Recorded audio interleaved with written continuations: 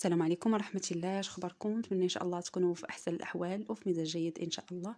مرحبا بكم في قناتي وقناتكم وصفات وافكار نعيمة. كنبغي نشكر جميع الاخوات والاخوان اللي انضافوا جداد القناة، شكرا لكم بزاف على دعمكم وتشجيعاتكم. بالنسبة للاخوات اللي معايا من البداية، شكرا لكم بزاف. الاخوات اللي كيبارطاجيو الفيديوهات كنبغي نشكركم من القلب، شكرا لكم بزاف.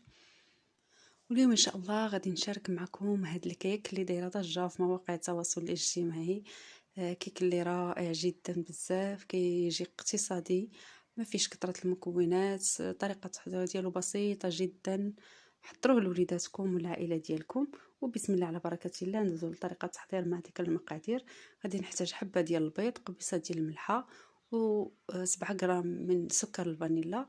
وغادي ندير قشرة اولا مبشور ديال حامضة او ليمونة اللي متوفر لكم. غنطربهم بالطراب اليدوي، ممكن تخدموهم في الباطو الا بغيتو. وغادي ندير نصف كاس ديال السكر سنيده، وكنخلط الكل جيدا حتى كنتحصل على واحد الخليط اللي مائل الى البياض. هكذا كيكون القوام ديالو. غادي نضيف عليهم نصف كاس ديال العصير الحامض اللي غادي نزيد عليه واحد شويه ديال الماء غير باش يكمل ليا داك نصف كاس. وكنخلط جيدا.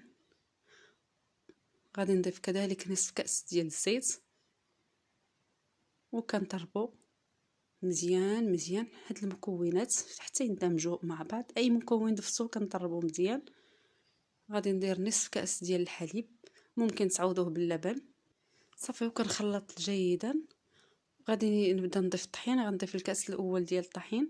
هاد الكيك هادي راه ما كتكونش عاليه بزاف، فقط كتجي طبقه رقيقه. وغادي ندير 2 خمارات من وزن 8 غرام، يعني عندي 16 غرام ديال خميره الحلويات. بالنسبه لكم الا كنتو كديروا بالعبار اولا ديروا 2 معالق كبار. اللي عندها هكا الخميره اللي كتكون ساشيات كبارين بزاف دير 2 معالق. صافي وكنطرب الكل جيدا. غادي نضيف نصف كاس ديال الطحين. بان لي القوام ديال الخليط مازال خصو شويه طحين. وبالنسبه للكيك راه كتكون خفيفه والقوام ديالها كذلك كيكون خفيف. صافي كنمزج الكل جيدا. في الاخير غادي نضيف قطرات ديال الحامض، عفوا ديال الخل ديال الحامض اولا الخل العادي اللي متوفر عندكم. بالنسبه للمول انا احتاجيت لهذا المول زجاجي، القطر ديالو 28 سنتيم. صافي وكندهنو بالزبده وكنرش بالطحين.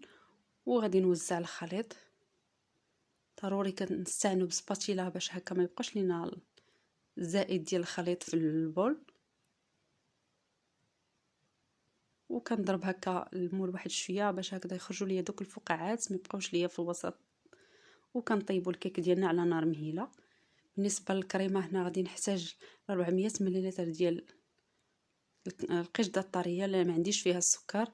درت تقريبا هنايا 2 معالق كبار ديال السكر، ودرت مع واحد الياغورت بنكهه الكراميل. ممكن تعوضوها بالنكهه ديال الكراميل بلا ما تحتاجوا الياغورت، وممكن ديروا حتى الياغورت.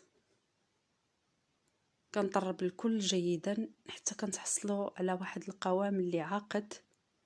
الكريمه ديروها في الثلاجه تبرد مزيان. كذلك داك المول ممكن تبردوه بالماء بارد.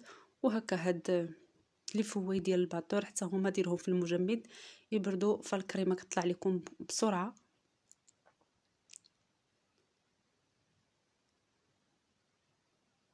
هنا كانت عندي شويه ديال الكريمه، فغادي نزيد نضيفها على هاد الكريمه هادي.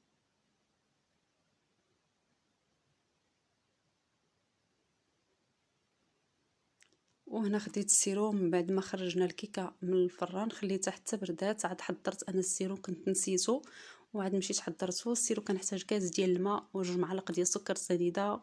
وهكا دوك الدوائر اللي عصرنا ديال الحامض راني درتهم. بالنسبه للكريمه درتها في الثلاجه وخليتها زادت عقادت في الثلاجه اكثر باش هكذا كيسهل علينا ان نليسيو بها الكيك. وبالنسبه للمول ممكن ديروا اي مول بغيتو نتوما. بالنسبه لي انا هذا المول الزجاجي الصراحه كيجيني عملي وكيجيني هكا ساهل كنمونطي فيه الكيك.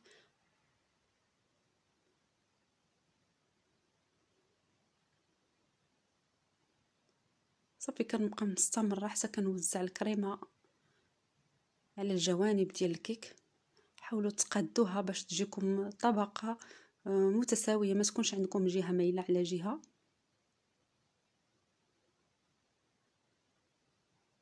وبالنسبه للكريمه الا كانت طالعه مزيان وكانت بارده راها كتسهل عليكم انكم تلسيوها، كتجي ساهله.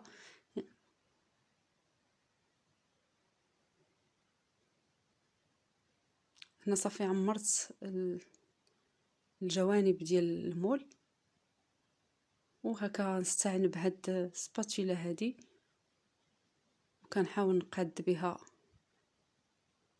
الجوانب ونقاد هكا طبقه باش تجيني طبقه ملزق. صافي درتها في الثلاجه وخليتها حتى بردات مزيان. هنا خديت 2 علب ديال الياغورت بنكهه الكراميل وطربتهم مزيان. ممكن ديروا حتى 3 د العلب الا بغيتوا الطبقه تجيكم طبقه شويه سميكه.